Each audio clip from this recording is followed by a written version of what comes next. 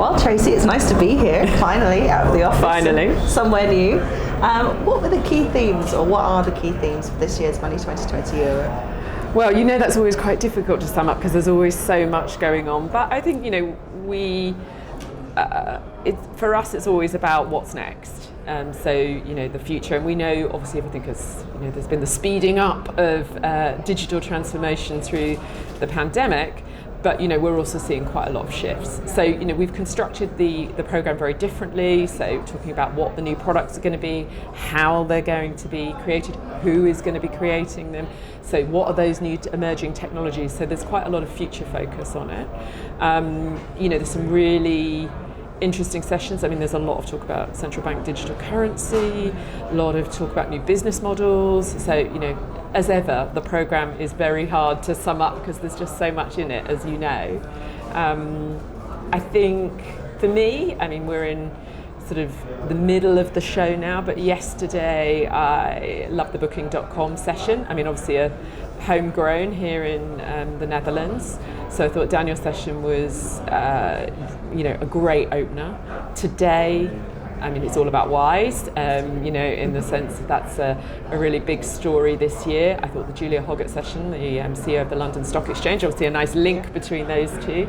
And tomorrow we have to look forward to Anna Botan I'm delighted to look forward to Anna Botan from Santander. That's been a long desired want for us, and so we're really delighted to see her take the stage tomorrow on the final day. I've been looking at the timetable and it's just so difficult to go, yes, I want to do that, but I want to do that at the same time as well. I know, and then we've slightly complicated things in a good way, because we have the hidden stage, which is the speakeasy, and we'll be doing, might be doing that in Vegas as well. And I know there's been a lot of interest in that, so there we've got some invite-only sessions that are randomly invited, and that's been a lot of fun as well. I've got the app, and the message will just pop up on the app and say you've been invited. It's very, very glamorous. Yeah, the speakeasy is cool, and the mocktails in there are the best on the show floor, I hear. Good to have that top tip. Thank you very much. You're welcome. Now we have to talk about the pandemic, because you have been busy organising this throughout the last 12 and 18 months even. What's it been like for you? Well, it's been bumpy, let's be honest. It's 2 years, 4 months since we last were here in Amsterdam, so that's a long time, and sadly we had to cancel the 2020 edition, which obviously was sad for us and the team, but for the industry, because I think you can do a lot digitally. You can do a lot digitally, and a lot more than we thought, but you don't know who you don't know, and those chance encounters.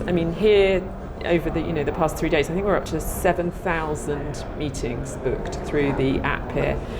We had 1,500 in 2019. Oh gosh, that's quite so nice. Yeah, it's massive, and I think that shows the pent-up demand, and it shows that, of course, if you know who you want to meet, you can meet them, but this is a massive curated fintech ecosystem here, and so there's access to people that you wouldn't normally meet, and that serendipity, that you don't know who you know, and you don't know who you don't know, and that live bumping into people, and whether that's reconnecting, because there's a lot of that, or brand new connections, that's really important, and the scale that you can do that in this sort of environment is hard to beat. In fact, it can't be beaten, and so that is, I think that has been the main thing. It does feel like you've put a lot of effort into making areas where people can just nip and sit down and have a chat, or meet at a bar for a drink, etc. Was that something in your mind because you knew that networking would be top of the list? Yeah, we have to work with the location that we're in. So the rules here in Amsterdam, and our partners at the RAI and in the city of Amsterdam have been brilliant at helping us. We have COVID testing on site, so the protocol to come into the show is you have to be double vaccinated by an approved vaccine, or if not, you have to have a negative antigen test every 24 hours, and we have our own testing site here, or it's a government testing site, but it's on site. So, we have very strict protocols. We have 1.5 metre social distancing throughout the show, but, we have to rely on individuals to, follow that. So I think the protocol is what the protocol is, and we follow it, and I think people have been super supportive of wanting it to be as safe as possible environment, but also do business, so that how do you operate, how do you continue to do business business against the backdrop. And the feedback is that we've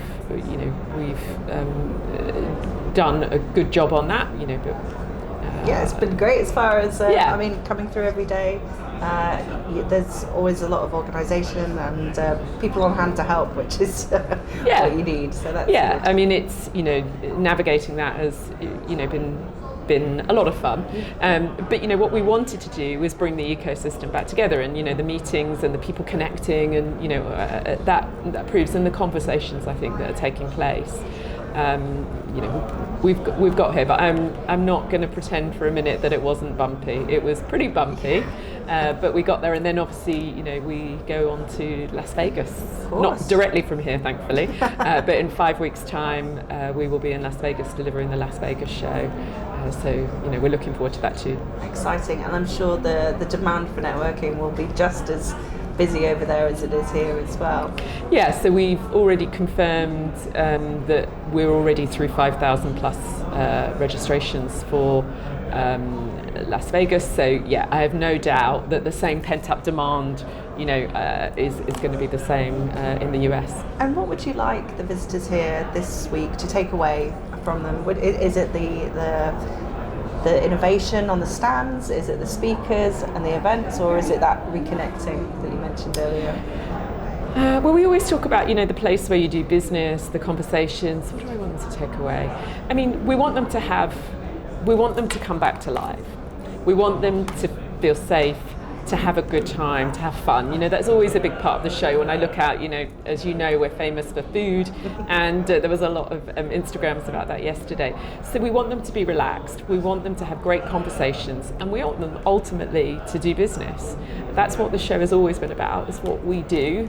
We're very proud of that, about those unusual combinations that come together. The whole industry, as is built on partnerships, and those partnerships, some of those start on the floor, or those conversations start here. So yeah, we really wanted to remind people that you can have fun, do business, and that's what our brand is about. And it seems to be, that's the feedback that's coming back. So I hope we've achieved that. Yes. Well, thank you so much, Tracey, for joining me. Oh, thank you very much. It's lovely to have you here. And enjoy the rest of Money 2020. I will do my best.